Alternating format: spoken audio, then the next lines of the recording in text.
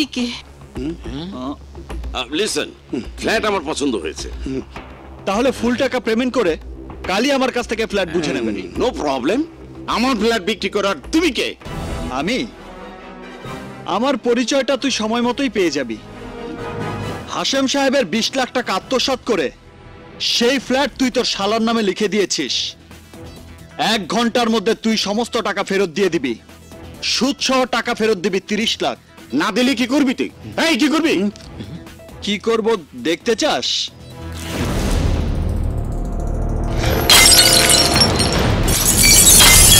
আমি কি করতে পারি এটা তার একটা নমুনা। আমার কথা মতো টাকা ফেরত না দিলে তোর এই বাড়ি, গাড়ি, বিল্ডার্স কোম্পানি সব আমি জ্বালিয়ে দেব 1 ঘন্টার মধ্যে। সির্ফ 1 ঘন্টার মধ্যে।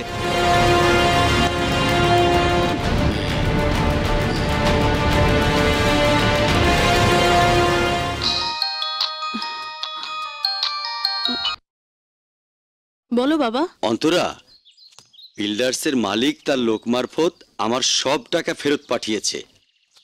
বাড়তি সুদ দিয়েছে 10 লাখ টাকা। বলো কি? তবে আর বলছি কি, ওরা বোধহয় জেনে গেছে তোমার মেয়ে পুলিশ কমিশনার অফিসে চাকরি করে। এইখানে আমাকে সবাই ভয় পায় তো। আমারও সেরকমই ধারণা। শোন, আমি এখন ব্যাংকে যাচ্ছি। ব্যাংকের কাজ সেরে চিটাগাংয়ের গাড়ি ধরতে হবে। পরে আবার ফোনে কথা হবে, কেমন? ভাই, এই যে মুন্না, একটা খুশির খবর আছে। খুশির খবর? ফ্ল্যাটের সব টাকা ওরা সুদ সহ ফেরত দিয়ে গেছে। তাই নাকি? হ্যাঁ, আসলে লোকটাকে যতটা খারাপ মনে করেছিলাম ততটা খারাপ নয়। আমি জানি ভালো না খারাপ। ওই হাশেম মিয়া কি তোর বাপ যে আমাকে না জানিয়ে তুই 30 লক্ষ টাকা থেকে ফেরত দিয়েছিস? আপনাকে জানাবার কোনো সুযোগ পাইনি ভাই।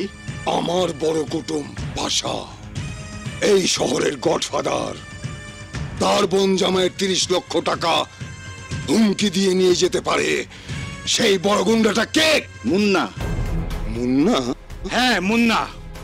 হারামির বাচ্চা আমাদের সবকিছুর মধ্যেই এখন আঙ্গুলি করছে। আচ্ছা, ইন্সপেক্টর আরজু তো আমাদের হাতের মুঠোয়। এক কাজ করো শিকদার, হয় একটা ফ্ল্যাট নতুবা মোটা অঙ্কের টাকার লোভ দেখিয়ে আরজুকে দিয়ে মুন্নাকে এনকাউন্টার করে দাও।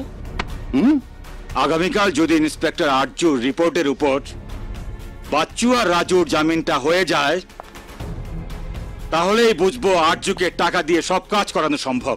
ধরো তো মা, এই টাকাগুলো রেখে দাও, টিনার বিয়েতে খরচ করো। এত টাকা তুই কোথায় পেলি? ওহো, এত প্রশ্ন করো না তো মা, রেখে দিতে বললাম, রেখে দাও। ভাইয়া, এ কি মা, এত টাকা? বলতে পারবো না, আরজু হাতে দিয়ে বেরিয়ে গেল। মা, আমার মনে হয় কোনো অসৎ কাজের জন্য ভাইয়া ঘুষ নিয়েছে। ইয়েস পাশা ভাই, ইয়েস। নো চিন্তা, ডু ফুর্তি।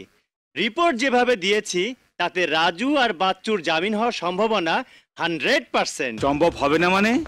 1 লাখ টাকার 10টা বান্ডিল দিয়েছি।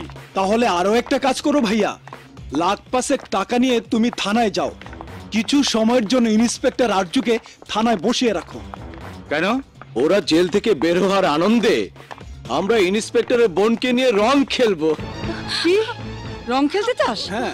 ওই দিন আরজু আর মুন্নার হাতের মার খাওয়ার কথা তোদের মনে নেই? ওটা তোকে দেখানোর জন্য মেরেছিল, তুই শুনলে চমকে উঠবি। আমরা 2 ভাই তোর ছেলের দেওয়া তদন্ত রিপোর্টে জেল হাজত থেকে জামিনে বেরিয়ে এসেছি।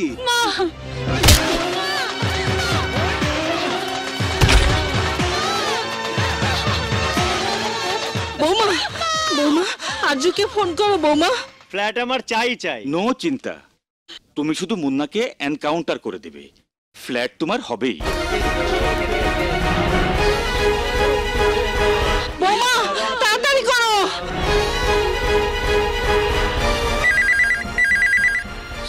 ইন্সপেক্টর, ফোনটা ধরো।